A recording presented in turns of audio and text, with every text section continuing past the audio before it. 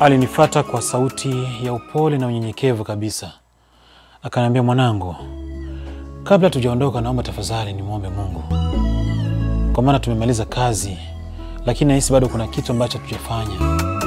Tumshukuru kwa kila kizuri ambacho ametufanyia siku ya leo. Mama akaanza kuomba. Kila kitu ambacho utakiona kwenye video hii, hakuna hata kitu ambacho kimeigizwa.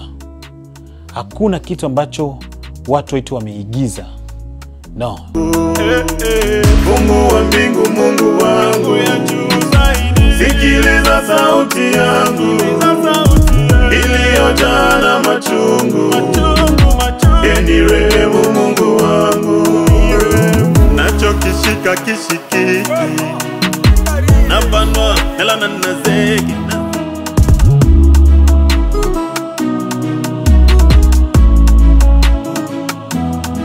Ilikuwa ni real life.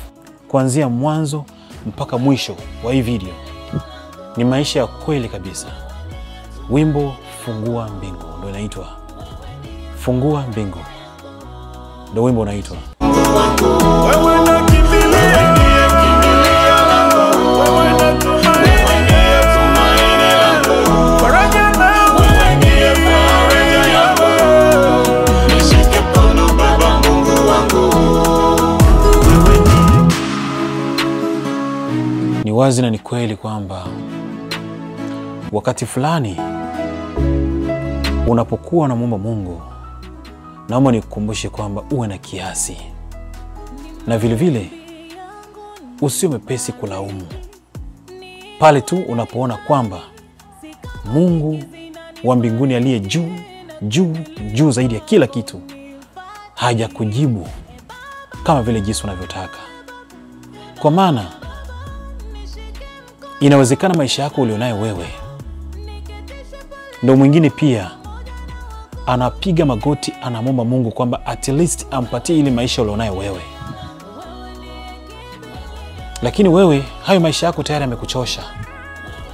Unayaona maisha ya mtu mwingine na mtu mwingine kwamba ndio maisha ambayo unayataka uwe nayo.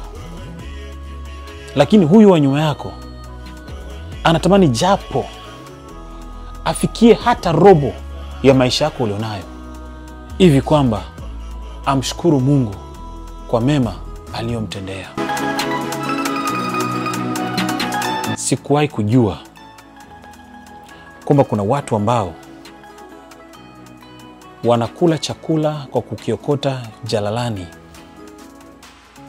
Ni story ambazo niliziwahi kuzisikia, lakini kwa kuziamini nilikuwa bado sijaamini mpaka pale ambako nilipoenda kwenye eneo la tukio na kukutana na ndugu zangu,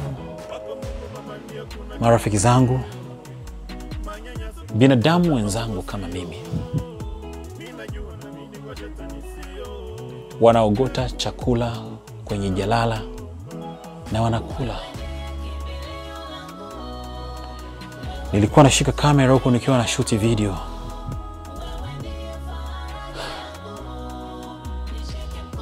Na machozi yakiwa yananitoka. Kwa maana